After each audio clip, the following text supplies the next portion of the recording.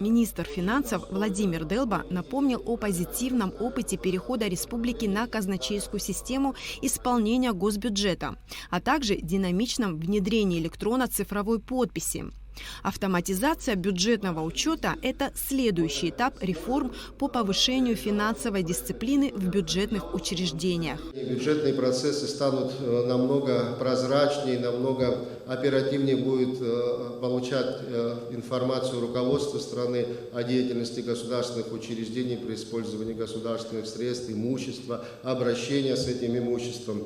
И в этой связи Министерство финансов предложила государственную целевую программу «Модернизация или автоматизация бюджетного учета» 2022-2024. Автоматизированная система учета сводит к минимуму рутинные и трудоемкие процессы сбора, обработки и анализа финансовых данных, повышает качество управленческих решений, прозрачность бюджетных операций и оперативность. Это важно и при реализации масштабных инвестиционных проектов. Эта программа рассчитана на всех распорядителей, всех администраторов, в том числе распорядителей, получателей, администраторов доходов нашего государственного бюджета консолидированно. Полагаем, что реализация этого проекта приведет к значительному изменению в системе бюджетного учета.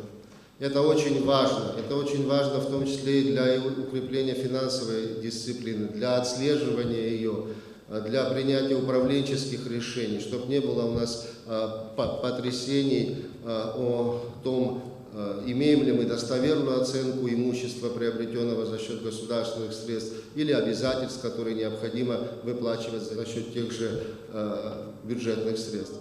Государственная комиссия провела конкурс и выбрала российскую компанию «Финком» с хорошей репутацией и солидным опытом работы в области разработок финансово-казначейских систем.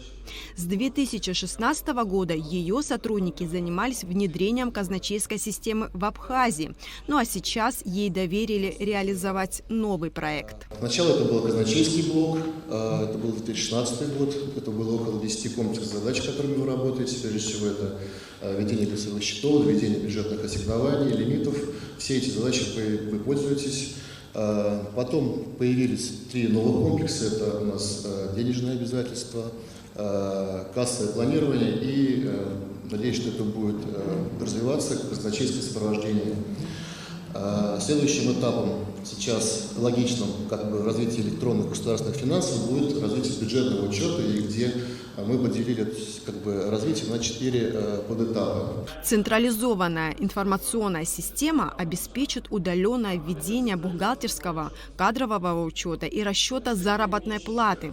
Как она работает и какие преимущества программы, подробно рассказал руководитель проекта Дмитрий Галкин. Во-первых, это интеграция системы бухучета со системой сбора консолидированной отчетности со сводом SMART. Отчеты в системе по сбору отчетности, например, баланс, будут сформированы по уже существующим данным в системе бухучета. Вам не надо будет высчитывать и заполнять экселевскую форму. Второе преимущество – это единая методология учетной политики, нормативно-справочная информация, единые бизнес-процессы.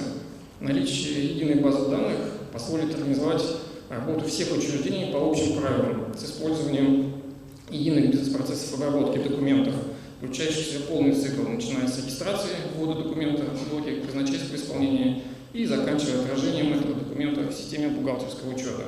Программа автоматизированного бюджетного учета будет работать по нормативно-правовым актам Абхазии. Елена Лулуа, Давид Авицпа, Абхазское телевидение.